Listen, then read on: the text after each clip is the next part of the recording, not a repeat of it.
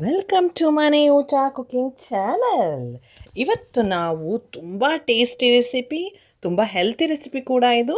ಪಾಲಕ್ ದೋಸೆ ಮಾಡೋದು ಹೇಗೆ ಎಂದು ನೋಡೋಣ ಬನ್ನಿ. ಮೊದಲು ಒಂದು ಮಿಕ್ಸಿ ಜಾರ್ಗೆ ಒಂದು ಅರ್ಧ ಕಟ್ ಆಗುವಷ್ಟು ಪಾಲಕ್ ಸೊಪ್ಪು ಒಂದು ಕಟ್ ಆಗುವಷ್ಟು ಪಾಲಕ್ ಸೊಪ್ಪನ್ನು ಹಾಕಿಕೊಳ್ಳಿ. ವಾಶ್ ಮಾಡಿಬಿಟ್ಟು ಹಾಕ್ಕೊಡಿ. ವಾಶ್ ಮಾಡಿಬಿಟ್ಟು ಸ್ವಲ್ಪ ಅರ್ಧ ಕಟ್ ಮಾಡಿಬಿಟ್ಟು ಹಾಕ್ಕೊಂಡಿದ್ದೀವಿ ಮಿಕ್ಸಿ ಜಾರಲ್ಲಿ ರುಬ್ಬಕ್ಕೆ ಈಸಿ ಆಗಲಿ ಅಂದ್ಬಿಟ್ಟು. ನಂತರ ಇದಕ್ಕೆ ಚಿರೋಟಿ ರವೆ ಅಥವಾ ಉಪ್ಪಿಟ್ಟು ರವೆ, ಮೀಡಿಯಮ್ ರವೆ, ಚಿರೋಟಿ ರವೆ ಅಥವಾ ಉಪ್ಪಿಟ್ಟು ರವೆನ ಮೀಡಿಯಮ್ ರವೆ ಅಂತಾರಲ್ವಾ, ಅದನ್ನು 1 ಕಪ್ ಆಗುವಷ್ಟು ಹಾಕಿಕೊಳ್ಳಿ. ನೋಡಿ, ಇದು 1 ಕಪ್ ಆಗುವಷ್ಟು ಹಾಕ್ಕೊಳ್ತಾ ಇದ್ದೀವಿ. ನಂತರ ಇದಕ್ಕೆ ಮೊಸರನ್ನ ಒಂದು 1/4 ಕಪ್ ಆಗುವಷ್ಟು ಹಾಕ್ಕೊಳ್ತಾ ಇದ್ದೀವಿ. ಇದೊಂದು 1/4 ಕಪ್ ಆಗುವಷ್ಟು ಹಾಕ್ಕೊಳ್ತಾ ಇದ್ದೀವಿ. ಹಾಕ್ಕೊಂಬಿಟ್ಟು ಇದನ್ನು ನುಣ್ಣಕ್ಕೆ ರುಬ್ಕೊಳ್ಬೇಕು. ದೋಸೆ ಹಿಟ್ಟು ಹದ ಇರುತ್ತಲ್ವ, ಆ ಥರ ರುಬ್ಬಿಕೊಂಡು ಒಂದು ಬೌಲ್ಗೆ ಟ್ರಾನ್ಸ್ಫರ್ ಮಾಡಿ ಇಟ್ಕೊಳ್ಳಿ. ಅಕಸ್ಮಾತ್ ನೀವೇನಾದರೂ ರುಬ್ಬಿದಾಗ ತುಂಬ ನೀರಾಗಿತ್ತು ಅಂದರೆ ಟೆನ್ಷನ್ ಮಾಡ್ಕೊಬೇಡಿ. ಅದಕ್ಕೊಂಚೂರು ಚಿರೋಟಿ ರವೆ ಮಾತ್ರ ಹಾಕ್ಕೊಳ್ಬೇಕು. ನೀವು ಚಿರೋಟಿ ರವೆ ಬಳಸಿದ್ರೆ ಚಿರೋಟಿ ರವೆನ ಒಂಚೂರು ಹಾಕ್ಕೊಂಡು ಗಟ್ಟಿ ಸ್ವಲ್ಪ ದೋಸೆ ಹಿಟ್ಟು ಅದಕ್ಕೆ ಮಾಡ್ಕೊಳ್ಬೇಕು. ತೋರಿಸ್ತೀವಿ, ವಿಡಿಯೋನ ಸ್ಕಿಪ್ ಮಾಡಿದೆ ನೋಡಿ.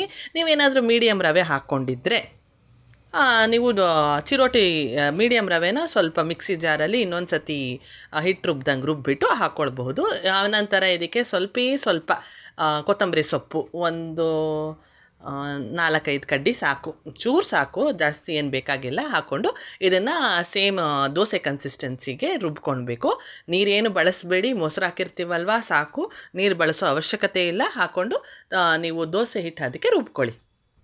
ನೋಡಿ, ಈ ಥರ ಒಂದು ಬೌಲ್ಗೆ ಟ್ರಾನ್ಸ್ಫರ್ ಮಾಡ್ಕೊಳ್ತಾ ಇದ್ದೀವಿ. ನಂತರ ಇದಕ್ಕೆ ಸ್ವಲ್ಪ ಉಪ್ಪು ಹಾಕ್ಕೊಂಡು ಚೆನ್ನಾಗಿ ಕಲಿಸ್ಬಿಟ್ಟು ಒಂದು 5 ನಿಮಿಷ ಸೈಡ್ಗೆ ಇಟ್ಟುಬಿಡಿ.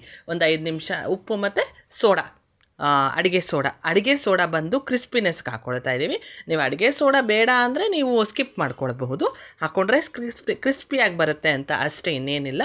ಅಕಸ್ಮಾತ್ ಇದೇನಾದರೂ ಹಿಟ್ಟು ನಿಮಗೆ ತುಂಬ ತೆಳ್ಳಕ್ಕಿತ್ತು ಅಂದರೆ ನೀವೇನು ಮಾಡಬಹುದು, ಒಂಚೂರು ಚಿರೋಟಿ ರವೆನ ಹಾಕ್ಕೊಂಡು ಮಿಕ್ಸ್ ಮಾಡ್ಕೊಳ್ದ ಅಂದರೆ ಗಟ್ಟಿ ಆಗುತ್ತೆ. ಇದೊಂದು ಟಿಪ್ಪು. ಇವಾಗ ನಾವು ಅಡುಗೆ ಸೋಡಾನ ಒಂದೇ ಒಂದು ಚಿಟಿಕೆ ಹಾಕ್ಕೊಳ್ತಾ ಇದ್ದೀವಿ. ಒಂದೇ ಒಂದು ಪಿಂಚ್ ಆಫ್ ಅಡುಗೆ ಸೋಡಾ ಹಾಕ್ಕೊಂಡು ಮಿಕ್ಸ್ ಮಾಡಿಬಿಟ್ಟು ಸೈಡ್ಗೆ ಎತ್ತಿಟ್ಕೊಂಡು, ಈಗ ದೋಸೆ ಕಾದ ನಂತರ ನೋಡಿ, ಈ ಥರ ಇರಬೇಕು ಕನ್ಸಿಸ್ಟೆನ್ಸಿ. ನೀವು ಹಿಟ್ಟು ನೋಡಿ, ಈ ಥರ ಹಾಕಿದಾಗ ಗಟ್ಟಿಗೆ ಇರಬೇಕು. ಹಾಕ್ಕೊಂಡು ನಾರ್ಮಲ್ ದೋಸೆ ಉಯ್ದ್ಬಿಟ್ಟು ಸ್ವಲ್ಪ ಎಣ್ಣೆ ಹಾಕಿಬಿಟ್ಟು ಲೈಟಿಶ್ ಕಲರ್ ಟರ್ನ್ ಆದ ನಂತರ ತಿರುಗಿಸ್ಬಿಟ್ಟು ನೀವು ತಿನ್ನಬಹುದು. ತುಂಬಾ ಟೇಸ್ಟಿಯಾಗಿರುತ್ತೆ. ಮಕ್ಕಳಿಗೆ ಯಾವಾಗಲೂ ಒಂದೇ ಥರ ದೋಸೆ ಕೊಟ್ಟು ಬೋರ್ ಆಗಿತ್ತು ಮಕ್ಕಳಿಗೆ ಅಂದರೆ, ಈ ಥರ ಡಿಫ್ರೆಂಟಾಗಿ ಕೊಟ್ಟ ಅಂದರೆ ಪಾಲಕ್ ಅಂತ ಗೊತ್ತೇ ಆಗೋದಿಲ್ಲ. ತುಂಬಾ ಟೇಸ್ಟಿಯಾಗಿತ್ತು. ನೀವು ಒಂದು ಸತಿ ಟ್ರೈ ಮಾಡಿ ನೋಡಿ.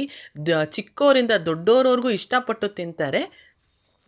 ಇದ್ರ ಜೊತೆಗೆ ನಾವು ಈರುಳ್ಳಿ ಚಟ್ನಿ ಮಾಡಿದ್ವಿ. ಈರುಳ್ಳಿ ಚಟ್ನಿ ಹೇಗೆ ಮಾಡೋದು ಅಂತ ನೆಕ್ಸ್ಟ್ ಇದರಲ್ಲಿ ತಿಳಿಸ್ತೀವಿ.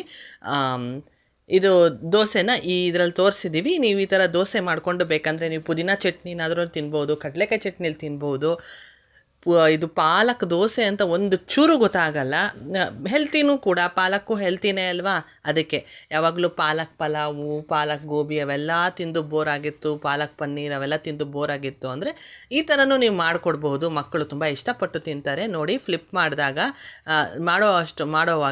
ಸ್ವಲ್ಪ ಕಲರ್ ಚೇಂಜ್ ಆಗಿದೆಯಾ ಇಲ್ವಾ ಅಂತ ಒಂದು ಸತಿ ನೋಡ್ಕೊಳ್ಳಿ. ನೋಡಿ, ಈ ಥರ ಕಲರ್ ಚೇಂಜ್ ಆದ ನಂತರ ನೋಡಿ, ಈ ಥರ ಇರಬೇಕು ಕನ್ಸಿಸ್ಟೆನ್ಸಿ.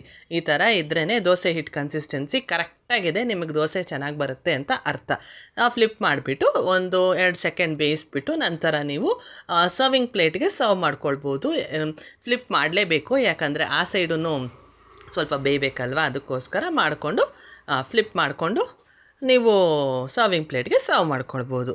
ಈ ಥರ ವಿಭಿನ್ನವಾದ ರೆಸಿಪೀಸ್ಗೆ ನಮ್ಮ ಚಾನಲ್ನ ಲೈಕ್, ಶೇರ್, ಸಬ್ಸ್ಕ್ರೈಬ್ ಮಾಡಲು ಮಾತ್ರ ಮರಿಬೇಡಿ. Thank you for watching.